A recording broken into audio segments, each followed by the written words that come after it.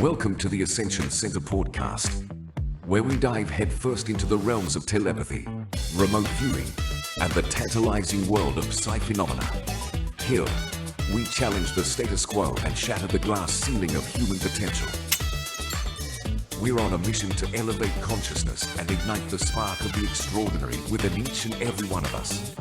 So come along as we gather each week to delve into captivating discussions and awe-inspiring interviews that will fuel your curiosity and inspire the trailblazer within. Are you ready to transcend limitations and reach for the stars? Then buckle up, because the Ascension Center podcast starts now.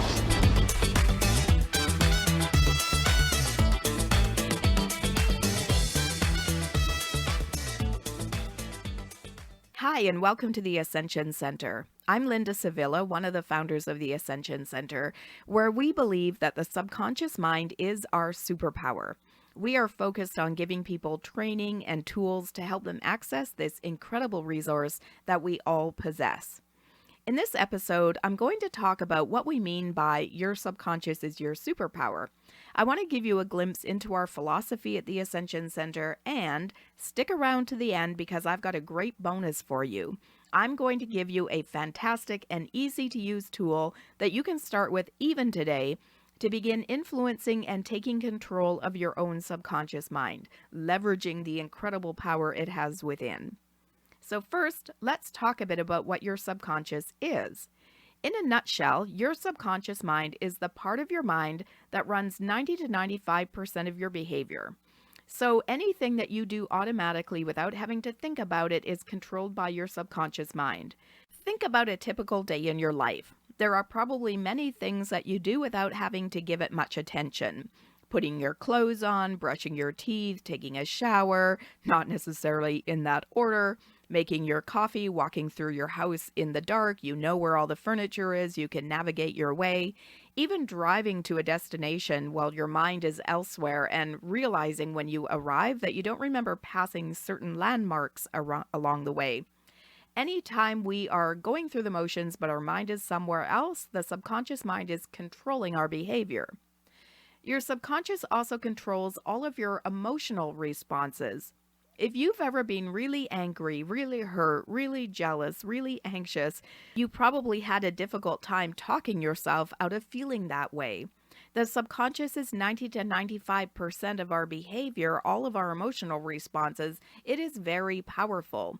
We typically can't use logic to talk ourselves into feeling differently. The subconscious is bigger and stronger. Your subconscious also runs the physical functioning of your body.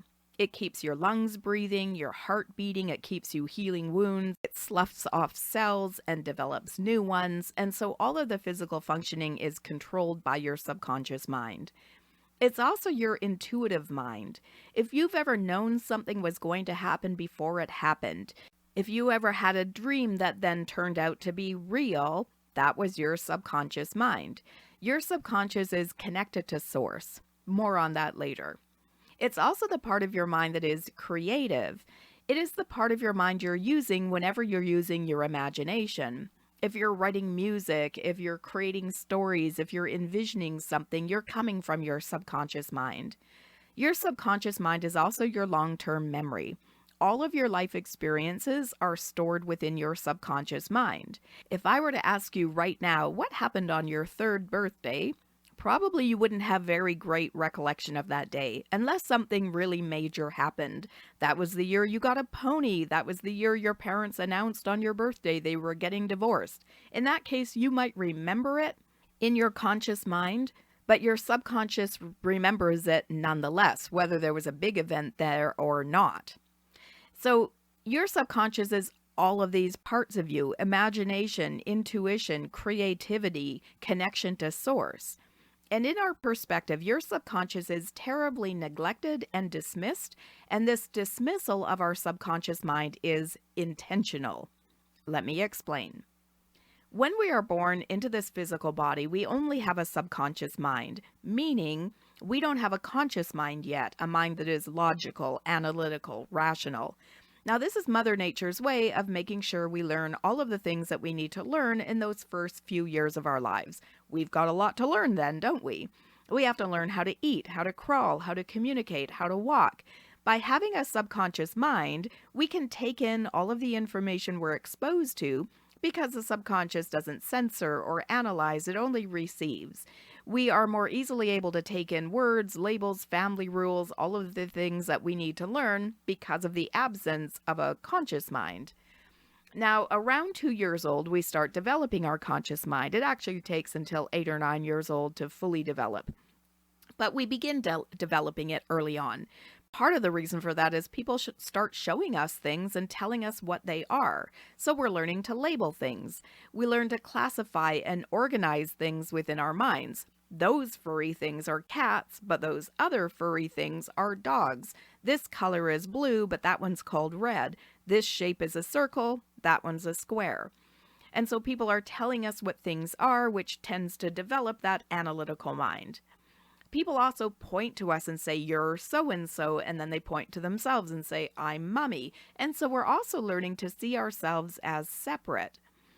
We are told we are bad when we break something, or that we're good when we act cute. So we learn to judge and compare and figure out good from bad, right from wrong, desirable from undesirable. Again, this is all conscious mind processing. And so as we grow up, we are developing our conscious mind. But at this age, early on, we are really still very much in touch with our subconscious. Again, the subconscious is creative. It's the house of our imagination. How much time did you spend as a kid using your imagination? I remember making pillow forts on the couch, writing long stories, holding dances for my teddy bears, pretending to be a teacher while my Barbies sat in their school desks. And so we spend a lot of time coming from our subconscious when we're little. Now, again, the subconscious is also the part of us that is intuitive and connected to source. At this age, nobody really questions it if we have an imaginary friend, or if we know something before it happens, or we have what seems to be a paranormal experience. People just chalk it up as weird or our imagination. And so for those first couple of years of our lives, we are mostly subconscious. We operate from our subconscious. We are intuitive, instinctual, emotional, creative. And then we start to develop our conscious mind. Now, in our opinion, the subconscious and conscious minds should have sort of grown up together, so to speak. We should have continued to evolve both parts of our mind equally. But that's generally not what happens, at least not in our society. Now, one of the reasons for this is school. When we go to school, there is an overemphasis on developing our logical conscious mind and an underemphasis on any subjects that develop the subconscious mind. We start to learn subjects like math and the rules of the language we speak and science, and these are important topics. However, the topics that lead to developing our subconscious mind are seen as electives. Music, art, drama, these are less important topics. We can fit them into our schedule if we have room after the important subjects, the ones that develop our conscious mind. These are the first subjects, music, art, drama, to be removed from our options if there are cutbacks. As a former theater teacher, I am well aware of this. Not only do the topics that we cover in school tend to develop our conscious minds, but the whole attitude of school does as well. Again, we learn to see ourselves as separate and competitive with other people. In gym, we divide ourselves into the skins and the shirts, or at least we did back in the day. We compete with our fellow classmates, whether it's in the gym or in the classroom. We're competing to see who gets to be the hall monitor, or whether we are an A, B, C, or D student. At school, we're also taught to never question authority, to be compliant, to follow the rules. And none of this is accidental. The school system does not want us to think independently, question authority, nor does it want us to be connected to our subconscious, the part of us that is intuitive, connected to source, and creative. As an interesting side note, in 1902, the General Education Board, a non-governmental organization designed to support higher education, was funded primarily by John D. Rockefeller. Throughout his lifetime, he donated approximately $180 million to this board. Why was so much funding put into schooling? What was his motivation? Rockefeller said, I don't want a nation of thinkers, I want a nation of workers.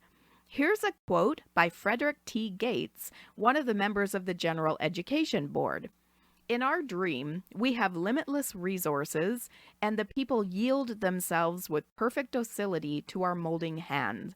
We shall not search for embryo great artists, painters, musicians, nor lawyers, doctors, preachers, politicians, statesmen, all of whom we have an ample supply. The task we set before ourselves is very simple, as well as a very beautiful one: to train these people as we find them to a perfectly ideal life just where they are. In other words, this focus on developing our logical mind, dismissing our creative, emotional, intuitive mind, not questioning authority, not thinking for ourselves, was all intentional. It was meant to keep us compliant, dumbed down, and dependent on systems. It was meant to keep us from finding answers for ourselves, being as creative and plugged into the universe as we're meant to be. It was meant to keep us limited. And think about it. Doesn't anything related to the subconscious tend to get a bad rap? If you are emotional, you're taught that you're too much, too loud, too sensitive. We're taught that women shouldn't express anger and boys don't cry. It's weak to express emotions. If we are artistic, we're told you can't make money doing art. We hear all about the starving artists. We're told to get a real job, get your feet on the ground, grow up. If we are intuitive, we're told that's the work of the devil, that's woo-woo, that's for special people. We are made to fear and dismiss anything related to intuition. At the Ascension Center, we see the importance and usefulness of the subconscious mind. Again, we believe that the conscious and subconscious mind were meant to evolve together, that we should have full and complete access to both parts of our mind. But that's not the way the school system shaped us. If we were able to tap into our subconscious mind more easily, we would be able to find solutions to our own problems, get information from source, use our creativity and our imagination to create a better world. And this is not what's wanted by those in authority. Those in authority want us to be compliant and dependent upon them, dependent on the systems that they create. And so again, at the Ascension Center, we attempt to redress this imbalance. We nurture the subconscious mind, encouraging it to thrive alongside your conscious mind. And so what does this mean for you? Well, it means unlocking abilities that you might have thought weren't possible. By accessing your subconscious mind, you're able to do things like remote viewing, by location, which means being in more than one location at a time, telepathy, psychometry, lucid dreaming, manifestation. These aren't mystical phenomena confined to the pages of a sci-fi novel. These are real skills that can be developed and used to enrich your life in countless ways. All of our courses at the Ascension Center revolve around the concept of developing and working with the powers of your subconscious mind. Now, one of the significant offerings at the Ascension Center is our certification training in whole brain hypnotherapy. I've been teaching hypnotherapy since 2004, and I've had a hypnotherapy practice since 1999. So this year-long course provides an in-depth understanding of your subconscious mind and equips you with the skills to help others explore their own. It's a journey that empowers you not only to transform your own life, but also to facilitate the transformation in the lives of others. We offer a course on manifestation where you can learn to harness the power of your subconscious mind to bring your dreams into reality. You learn the principles behind manifestation and are given tools to be able to access your own subconscious so that you can co-create with the universe. Or imagine being able to use telepathy to sense a loved one's emotions from miles away, enhancing your empathy, deepening your relationships. Our telepathy course could enable you to connect with others in a whole new way, enhancing your communication and understanding. Or picture the benefits of lucid dreaming, where you can resolve real-life problems within the ethereal realms of your dreams. Our lucid dreaming course could transform your nights into an exciting playground of exploration and self-discovery. Envision touching an object and sensing its history, bringing a whole new dimension to your perception using psychometry. Through training with us in psychometry, you could gain insights and information simply by touching an object. We also have a course we call XR, Extended Reality, which allows you to perceive events, people, or information from a distance beyond the reach of your ordinary senses. You can visit important events, see history for yourself, get information to help you make big decisions, or creative inspiration for your next project. Our proprietary method of accessing information from source enables you to bilocate. I mentioned this term earlier. Now, what does this mean? Bilocation is the ability to both be in the room from which you're doing your session and be experiencing the location that you're going to in your mind. Our XR technology is very innovative. I truly believe it's going to change the world. With XR, you're able to go to another location within your mind and have a fully immersive and interactive experience. Students of XR have reported things like being able to go to libraries and read books while they're floating in space, being able to understand other languages, being able to eat the food or go zip lining, creating actual memories. These are real experiences. This is not dependent on any technology or gadget. This is not virtual reality. There are no electronics or equipment evolved. This is a consciousness technology. And so these are just a few of the handful of courses and trainings that we offer at the Ascension Center. Again, we're about removing any limitations that you may have accepted or been taught that you possess. We're about helping you to be able to access your own subconscious mind so you can do these things that seem incredible, but are really our birthright. If you're interested in our trainings, you can go to learn.ascensioncenter.ca. That is our private social media platform where you can access all of our trainings and interact with our thriving community of like-minded folks. Now, I mentioned there would be a bonus for you if you waited to the end. So here it is. I'm going to give you something really simple and easy that you can begin to do to access your own subconscious. Now, I mentioned that your subconscious runs 90 to 95% of your behavior. Another interesting aspect of the subconscious is it does whatever it is programmed to do. So I'm going to give you a way to be able to program your own subconscious mind. And it's super simple. You probably have the gadget right in front of you right now. Whether it is your phone or some other device, you're going to use the recorder to make a recording of the suggestions you want to give your subconscious mind. Now, these are suggestions that will be related to an outcome that you want to create for yourself. They should be worded in positive language. So, for example, if I want to improve my sleep, I might give myself suggestions like I get great sleep, I get to sleep easily, I sleep through the night, I get deep sound sleep, and I wake up refreshed. So think about the results that you want in your life, and then basically write some positive affirmations that speak to those results. You're going to record that on your phone.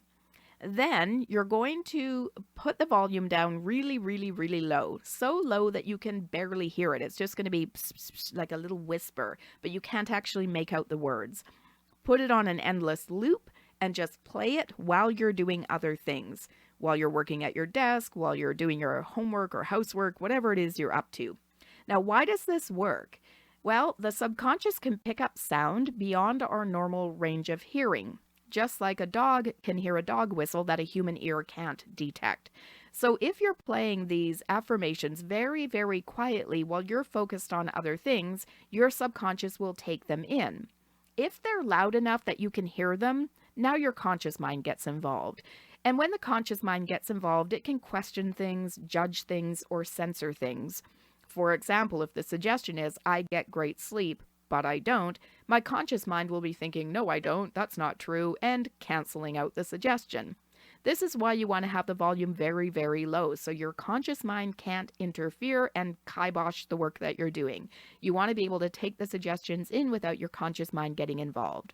And so that's my tip for you. Super easy, super simple. I do it pretty much every day, and I see the results of it. Again, the subconscious does what it's programmed to do. Thank you so much for tuning in. Please come back again. We'll be talking in more depth about these different courses that we offer, and I'm really hoping that you show up and help make the world a better place by taking charge of your own subconscious and tapping back into all of those talents, abilities, and skills that you possess. Thanks again. Bye-bye. And just like that, we've reached the end of yet another captivating and thought-provoking episode of the Ascension Center podcast. We hope you enjoyed our exploration into the depths of human potential and that you are leaving today with a renewed sense of curiosity and wonder. Remember, the quest for understanding and personal growth is an ongoing journey.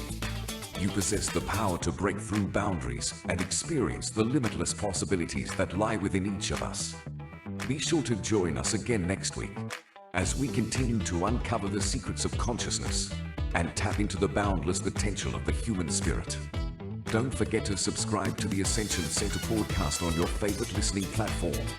And if you enjoyed our show, please leave us a review to help others discover the magic too. Until our next encounter, thank you for being with us, and thank you for your support. And may your journey towards greater awareness be filled with awe, inspiration, and the limitless possibilities of human potential.